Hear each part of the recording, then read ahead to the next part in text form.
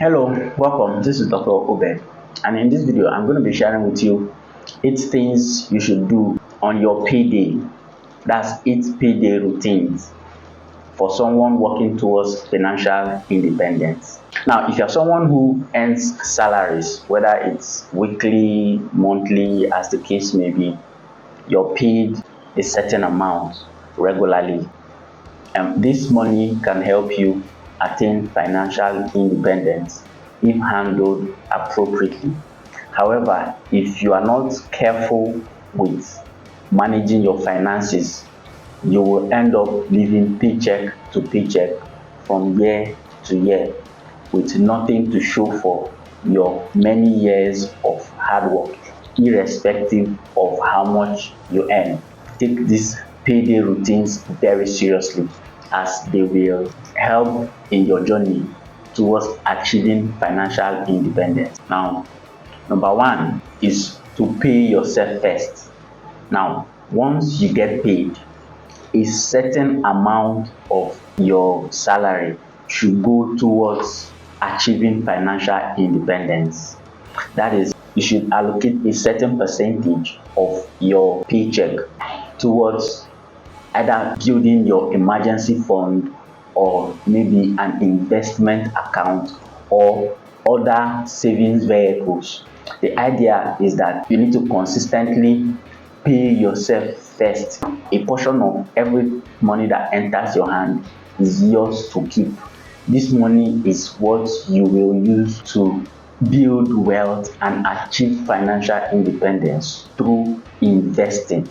So you need to save and invest a portion of every money that enters your hand. It is extremely important that you save and invest. It's even more important that you do that first. The first thing that you do once you get paid is to remove that portion. That is the portion that is for you, because every other portion will go towards spending and expenses and many other things, but this is the particular portion that goes towards building wealth that could one day lead you towards financial independence so that you don't have to work again, or maybe forced to work even in your retirement. Pay yourself first as part of your payday routine. Number two, you need to remove your givings. Now, your givings here, I'm talking about if you're a Christian, your tithes and offerings and your special seeds. This also includes your givings to your family and your friends, givings to charity. It's important that just like a portion of every money that enters your hand is yours to keep, a portion of every money that enters your hand is also to be given away. So you need to remove that portion that is for givings. You need to remove it also as part of your initial payday routines. Number three, you need to pay your recurrent bills. Now, these are, of course, your monthly expenses such as food, transportation, utilities like water, electricity bills, subscriptions, as the case may be. Remove that money as soon as possible. Pay the ones that should be paid immediately so that you don't end up spending it on other things and putting yourself under financial pressure during the month. And also, it's important that you pay your bills as fast as possible, because some of these bills have penalties for delayed payments. So you need to pay your bills so that you don't get to pay penalties.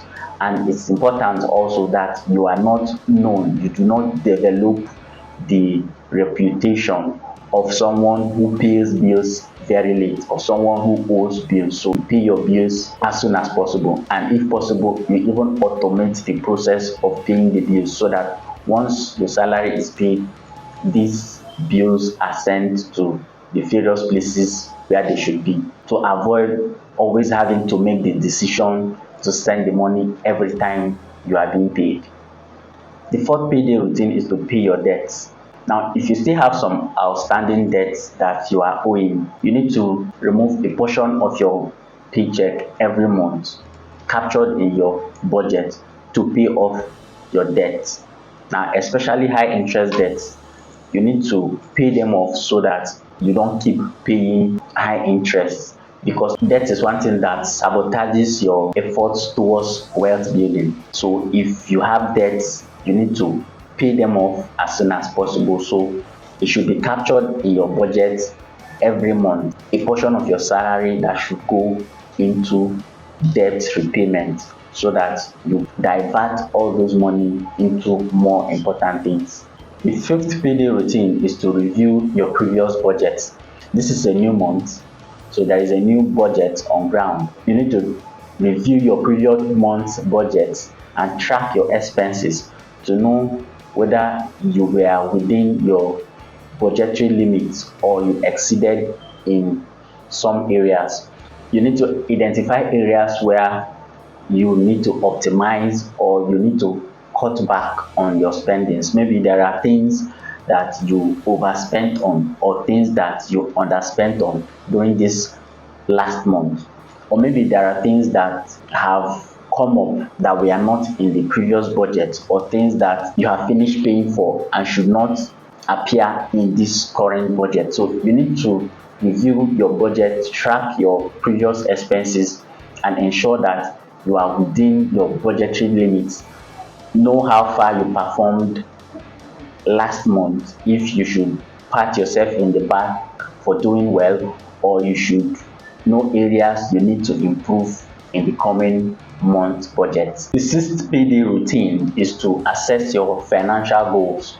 Now, your long-term financial goals are important, and this is one period to assess your goals, to know how far on track you are towards achieving your financial goals, or maybe you need to make adjustments to come back on track. This is a very good time to think about your financial goals, how close you are towards achieving it, or whether you need to make serious adjustments. And the seventh payday routine is to evaluate additional income opportunities. During this pay period, it's also important that you evaluate other opportunities for higher income or additional income. This could include things like maybe side hustles, freelancing work, even passive income streams. These are ways that you can increase your income, maybe add additional income to your already existing salary. Thinking about this may even also lead you to get a better job, or maybe ask for a pay raise in your current place of work. But this period during your pay is time you can think about your financial future and look for ways you can do better at either increasing your income, adding extra income to your wealth building arsenal, because it's important that you are growing. It's also important that your income is growing. Even if you are saving a certain percentage, if your income keeps increasing, it means that you can increase the amount that you're saving, and thereby, of course, makes it easier for you to build wealth and achieve financial independence. Then the last payday routine, number 8, is to celebrate milestones.